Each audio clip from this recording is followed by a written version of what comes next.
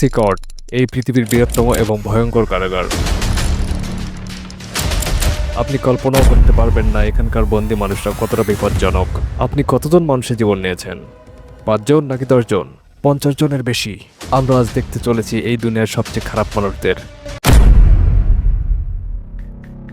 এল সালভাদোরে নির্মিত পৃথিবীর সবচেয়ে বড় কারাগার সিকট, যেটি নির্মিত হয়েছে শুধুমাত্র এই কুখ্যাত মানুষদের জন্য। এখানে যারা একবার প্রবেশ করে তারা জীবনদশায় আর বের হতে পারে না। এখান থেকে বাইরে যাওয়ার কোনো উপায় নেই। তুমি কিভাবে এখান থেকে বের হবে? এল সালভাদোর কিভাবে সন্ত্রাসের রাজ্যে পরিণত হলো, আর সিকট কারাগারকে কেন সন্ত্রাসীদের আতঙ্ক বলা হয়, এই বিষয়গুলো জানবো আজকের ডকুমেন্টারিতে। শেষ পর্যন্ত দেখুন, আশা করি ভালো লাগবে। এল সালভাদোর মধ্য আমেরিকার একটি ছোট্ট ঘনবসতিপূর্ণ দেশ। দেশটির উত্তর দিকে গুয়াতেমালা ও হন্ডুরাসের অবস্থান এবং দক্ষিণে প্রশান্ত মহাসাগর দ্বারা বেষ্টিত। 2015 থেকে 2022 সাম্প্রতিক এই সময়ে এল সালভাদোর পৃথিবীর ভয়ঙ্করতম সন্ত্রাসী দেশ হিসেবে পরিচিতি লাভ করে। এই সময় এই ছোট্ট দেশটিতে 1.5 জন মানুষ প্রতি ঘন্টায় খুনের শিকার হয়। মাত্র 60 লক্ষ জনসংখ্যার দেশটিতে 2015 থেকে 2022 এই 7 বছরে প্রতিদিন হত্যাকাণ্ডের সংখ্যা ছিল গড়ে 9 জন করে। সাল 2019 এল সালভাদোরের প্রেসিডেন্ট হিসেবে নাইব বুকেলে ক্ষমতা গ্রহণ করেন। ক্ষমতা গ্রহণের পরপরই এল সালভাদোরের গ্যাংদের বিরুদ্ধে যুদ্ধ ঘোষণা দেন। 2022 MS-30 ও প্যারিও 80 গ্যাংকে প্রতিরোধ করতে প্রেসিডেন্ট নাইব বুকেলে গুরুতর সিদ্ধান্ত গ্রহণ করেন। But MS-30 ও অন্যান্য গ্যাং, এরা মানুষ নয়, এরা these are জানোয়ার। animals. প্রতিষ্ঠা করেন এমন এক ভয়ঙ্কর কারাগার যেটি পৃথিবীর আর কোথাও নেই। সিকট কারাগারটি 8টি বিশেষ মজুল নিয়ে গঠিত, যা 410 একর জমির উপর অবস্থিত। প্রতি জোড়া মজুল 2টি পৃথক 3 মিটার উঁচু দেওয়াল দ্বারা বেষ্টিত, যার মধ্যে রেজার 1 দেওয়া রয়েছে। 9 মিটার দেয়াল দিয়ে পুরো জায়গাটা ঘেরা, যার উপরে রয়েছে 3 মিটার উঁচু বৈদ্যুতিক তার, যেখানে 15,000 ভোল্ট বিদ্যুৎ প্রবাহিত হয়। চারপাশের 19টি ওয়াচ টাওয়ার এর মাধ্যমে কোনো কিছুই নজর এড়ায় না।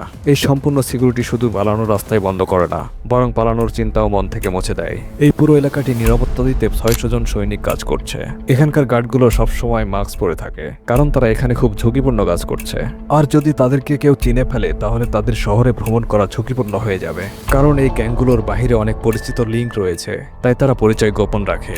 সিকটে কেউ একবার প্রবেশ করলে বন্দীদের বাকি জীবনের জন্য পরিবারের সাথে সকল প্রকার যোগাযোগ বিচ্ছিন্ন হয়ে যায়, কারণ পরিবার পরিদর্শন একেবারেই নিষিদ্ধ।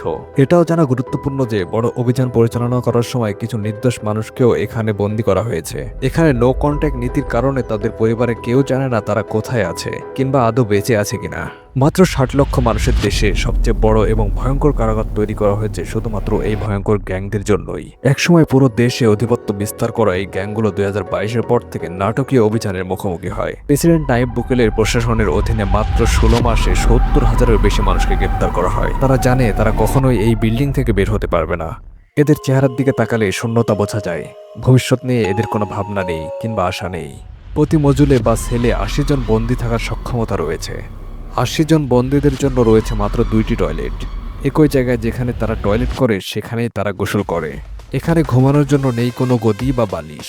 এছাড়াও এই গ্যাংগুলো স্থানীয়দের কাছ থেকে টাকা ছিনতাই করত এবং তাদেরকে ভোগান্তি দিত।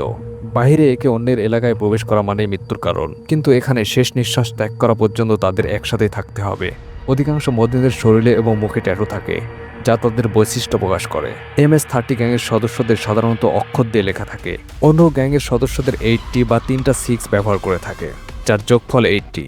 কারো মুখমণ্ডলে অতিরিক্ত ট্যাটু থাকা মানে সে খুব নির্দয় এবং ভয়ঙ্কর গ্যাংয়ের প্রধান। এমন মানুষদের সাথে রাস্তায় দেখা হওয়া মানে সাক্ষাৎ মৃত্যুর চোখে চোখ রাখা।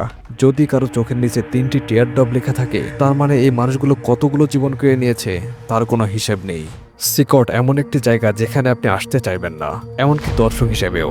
যারা নিরীহ সালভাদোরিয়ানদের ভিকটিম বানিয়েছে, এটাই তাদের চিরকালের বাসস্থান। এরা নিরাপদ মানুষের জীবন কেড়ে নিয়েছে, তাই তারা এটার প্রায়শ্চিত্ত করছে। সালভাদোর সরকারের স্পষ্ট বার্তা, এখানে অপরাধ সহ্য করা হবে না এবং এর শাস্তি হবে ভয়ঙ্কর কঠিন।